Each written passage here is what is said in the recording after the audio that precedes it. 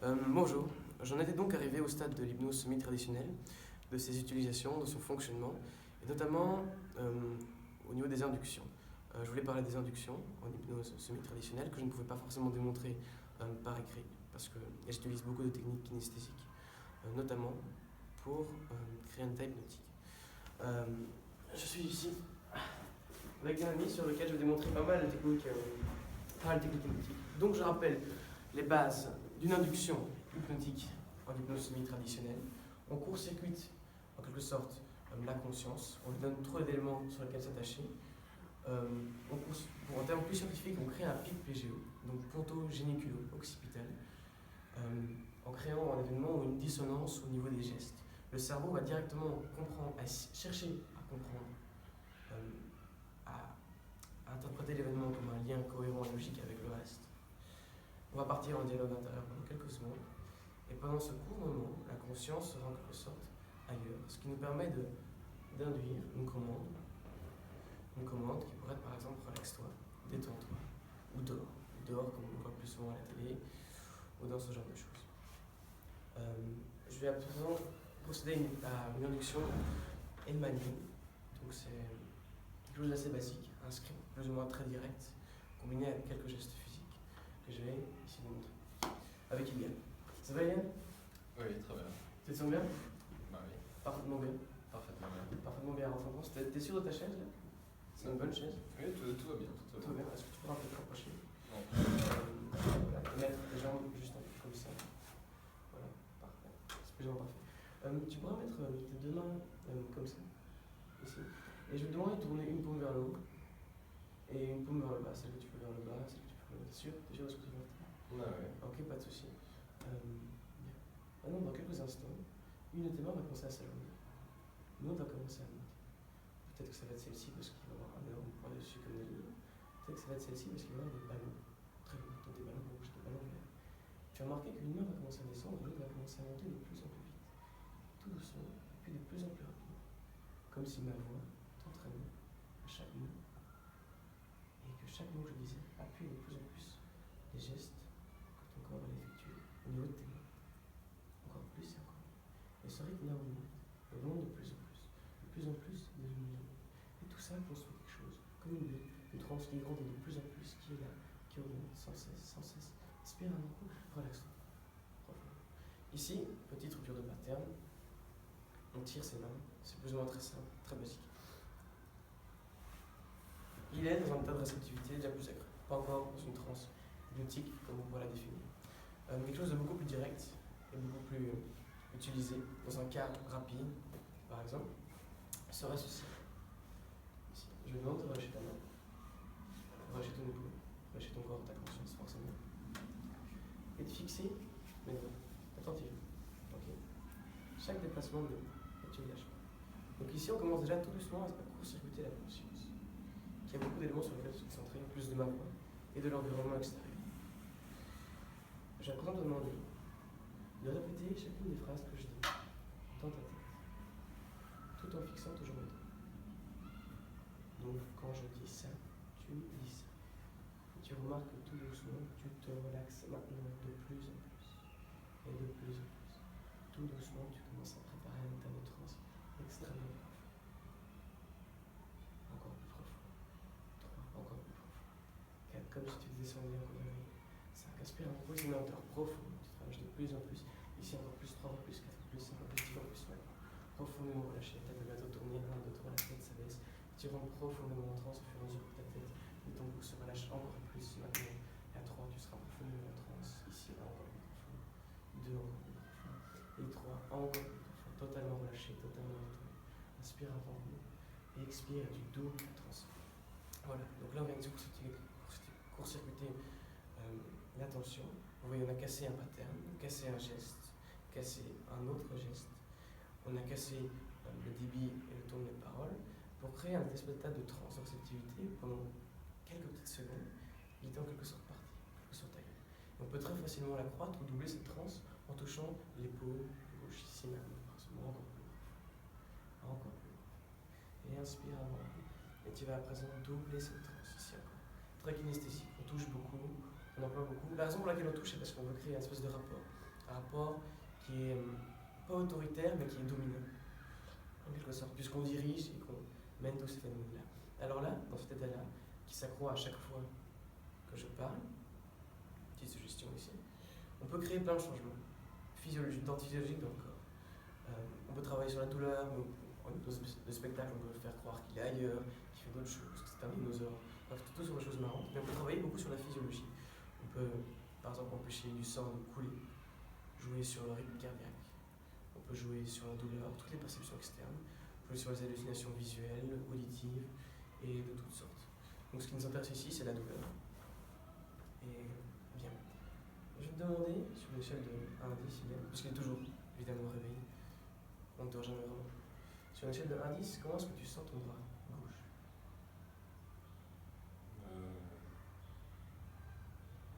Comment est-ce que tu le sens là? Il est très détendu. Très détendu. Dans les communs, Très détendu, comme s'il faisait rien, qui était juste là. il était juste là. Donc un peu présent. Donc une petite dissociation au niveau du corps peut-être, et du contrôle qu'on pourrait avoir d'habitude sur le bras. Tu peux mettre ta main gauche ici comme ça, dans quelques temps. Ouais. Je te demande de fermer ce point ici. Ici, il y a quelques pressions.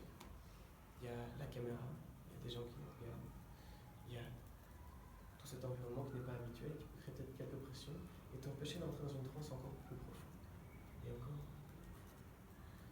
Et cette résistance-là, tout doucement, on va commencer à passer dans le bras. Au fur et à mesure que je parle, on va commencer à passer dans le bras. Ton bras va commencer à se réveiller. Parallèlement, ces pensées, ces trucs-là qui t'empêcheront d'entrer dans une transe extrêmement profonde, comme la pression sociale, vont se dissiper, comme s'il y avait un véritable passage qui se faisait ici, maintenant. Au fur et à mesure que ton bras se durcissait de plus en plus et de plus en plus, comme si ce bras devenait une barre de fer, totalement dissociée du corps, parce que les croyances sont des choses sur lesquelles on n'est pas vraiment de pouvoir, n'est-ce pas? Et bien, ces croyances, cette passion-là que tu as priori de ta contrôle, tu l'as fait passer dans un phénomène catalytique et physique. Ton bras va se durcir encore plus, et de plus en plus à chaque fois que je parle. Si bien qu'à 3, au moment où tu sais que tu devras plier ton bras, tu pourras essayer de plier ton bras, mais tu ne pourras plus réussir, parce que ton bras sera totalement dissocié de ton corps et Dieu. Parce que ce bras sera une barre de fer. Encore plus collé, encore plus dur, encore plus tendu, de plus en plus tendu, de plus en plus dur, de plus en plus serré. 2, encore plus, maintenant. 3, on va aller à 4, on va aller à 5, on va aller à 6, on va aller à 7, on va aller à 7. À 8, à 10, il sera totalement dur. 9, 10, c'est maintenant totalement rigide, totalement bloqué. Totalement bloqué. Comme si la conscience sortait et tu peux te voir à la 3e personne. Ici. Et te voir avec toutes ces résistances ici. Ailleurs. Comme si tu te voyais d'ici. Si bien que le bras est totalement catalepsie. Difficile et impossible à bouger. Ces croyances-là, on va les faire partir. Pour te permettre d'aller encore plus profondément en transe. En même temps, ton bras va s'anesthésier. Ça va se sentir au niveau du bras, qui sera quand même dissocié du corps, très brusquement. Je vais te demander de fixer ma main, qui se rapproche, comme pour faire arriver quelque chose, une anesthésie peut-être, un phénomène qui va totalement anesthésier ce bras gauche. Et tu le sens, n'est-ce pas, qui arrive encore plus. Chaque fois qu'on aura parlé, encore plus, comme tu le sens, exactement comme ça. Inspire un grand coup, dors profondément, tu relâches toutes ces tensions-là, et tout ça part à ton bras totalement anesthésié, maintenant, extrêmement profondément, de plus en plus éloigné, et tu te sens formidablement bien, et formidablement en dehors de ce corps, profondément, et encore 2 fois plus, maintenant, encore 3 fois plus, et encore 4 fois plus, 5 fois plus, 6 fois plus, 7 fois plus, et jusqu'à 10 fois plus. Comme si tu plongeais dans un puits et que ce puits ne s'arrêtait pas. Maintenant, profondément dormi. Exactement. Donc là, on a créé un stade plutôt profond avec de l'hypnose directe, donc semi-traditionnelle. On utilise évidemment des scripts verbaux, on parle. Auparavant, c'est que ça, donc tu dors. Et c'est justement très direct, du coup, ça ne marchait pas sur beaucoup de gens, parce qu'on ne savait pas très bien le faire. Mais là, par exemple, on a un phénomène très intéressant, c'est qu'on a une anesthésie totale de ce bras gauche. Et il serait intéressant de voir à quel point ce bras gauche est totalement anesthésié. Donc, Donc, je vais demander à des numéros des gens qui sont là devant moi. Maxime, tu veux venir? Donc, ici, vas-y, tu peux faire ce que tu veux, tu peux y aller. Tu peux vraiment y aller de toutes tes forces. Mais il faut que ça se voit bien à la caméra. Vas-y vraiment fort. La douleur ne reviendra pas avant longtemps. Donc voilà, on peut vraiment y aller extrêmement fort. Je ferai bien ici. Tu peux peut-être approcher la caméra ici. Je vais vous montrer quelques phénomènes. Alors regardez bien le bras sur lequel on peut vraiment y aller extrêmement fort. Pour lui, ce sera comme rien du tout. Parce que ce bras est dissocié. C'est même pas qu'il fait un effort, c'est qu'il ne sent juste pas. Vous voyez? Comme s'il n'était pas là maintenant. Regardez, il n'y a aucune réaction au niveau nerveuse, aucune réaction au niveau des nerfs. On pourrait même le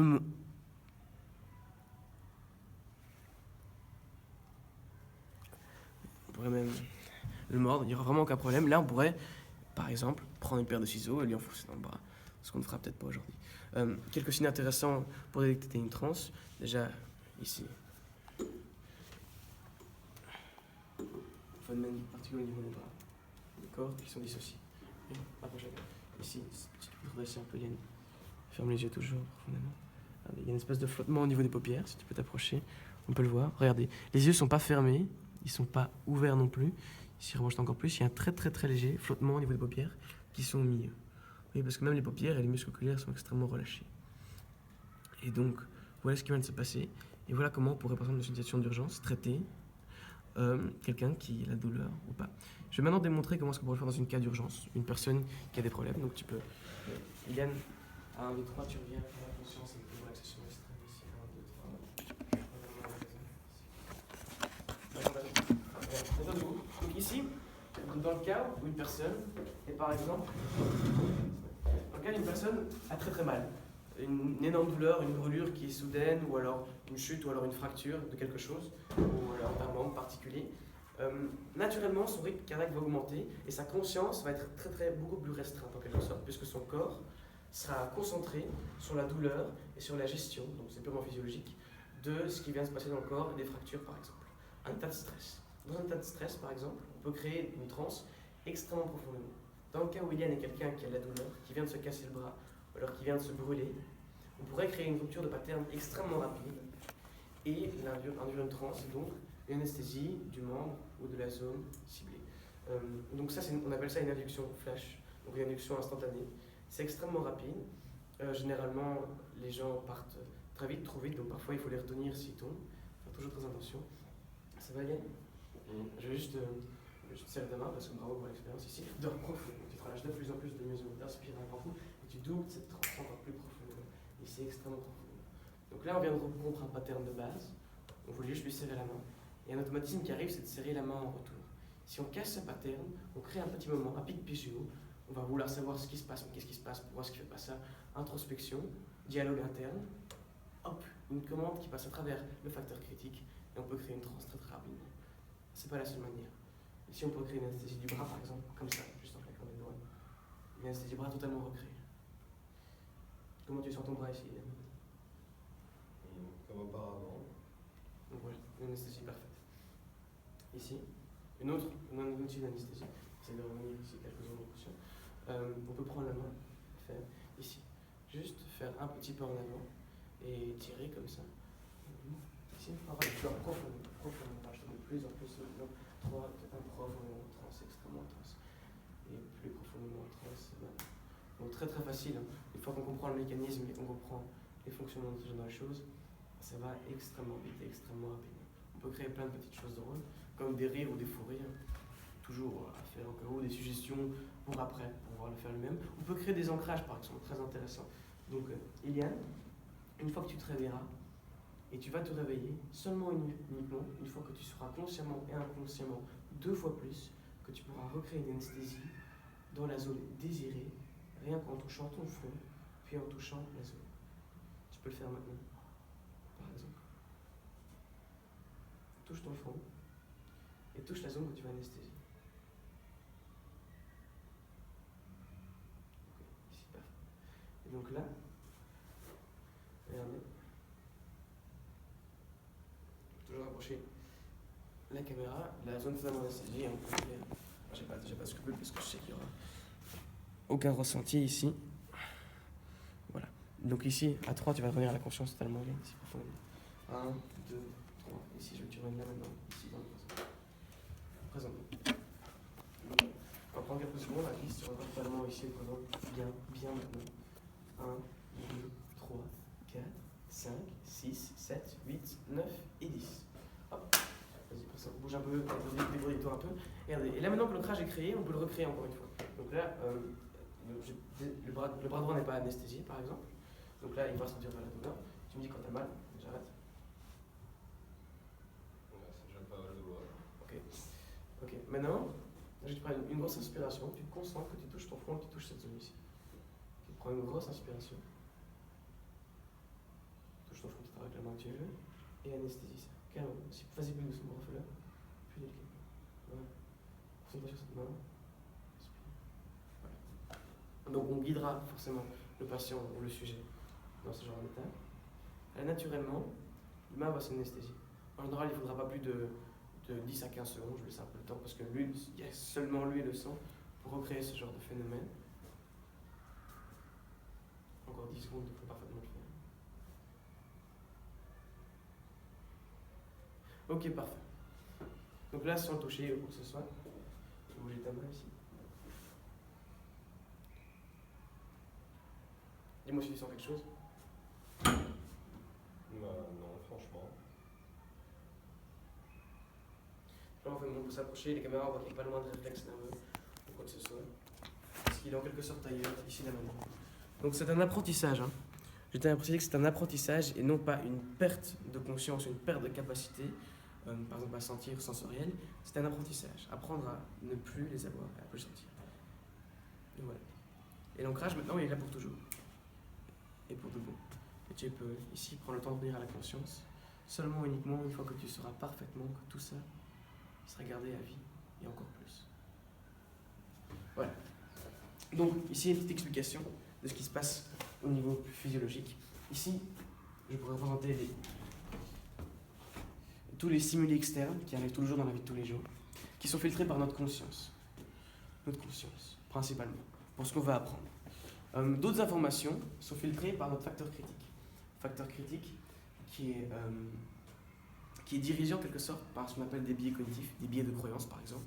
Ce qui fait que les seules informations qui rentrent sont celles qui sont valables dans nos systèmes de croyance.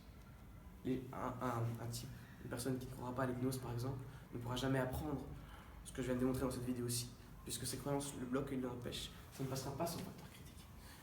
Avec l'hypnose directe, traditionnel et semi-traditionnel, ce qu'on fait, c'est qu'on passe juste à travers ce facteur critique-là, ici, pour arriver directement à l'inconscient. Les croyances du sujet n'ont plus vraiment d'importance, puisqu'on passe à travers tout ça, et on peut créer des changements physiologiques que, en temps d'éveil normal, on ne pourrait pas créer parce que la personne serait limitée par ses croyances. Alors que là, on n'a aucune croyance limitante, bien sûr. Pour ce faire, on crée un pic PGO. Donc un pic PGO est une onde ponto-géniculo-occipitale qui va parcourir le cerveau pour ancrer ce qu'on vit, ce qui vient d'arriver, l'événement qui vient d'arriver, comme le fait que je tire la main à la place de la serrer. On envoie une onde ponto-géniculo-occipitale qui va traverser toutes nos mémoires, sensorielles, auditives, etc., pour essayer de trouver un lien cohérent, un schéma cohérent de ce qui se passe avec ce qu'on a déjà vécu et ce qu'on connaît. Sauf que, ici en l'occurrence, on ne connaît pas grand-chose. Tout cela crée un dialogue interne qui va nous permettre de glisser une commande intriquée qui va passer à travers tout cela, parce que la conscience sera en quelque sorte surchargée. Voilà tout pour cette vidéo. Et si elle se retrouve sur YouTube, c'est peut-être pour montrer aux gens un peu quelques bases, dissiper quelques idées fausses et montrer qu'en fait l'hypnose c'est simple et à la portée de tout le monde. Et enfin pour mon travail de fin d'études. Merci à tous, merci à Eliane et merci beaucoup de m'avoir remercié.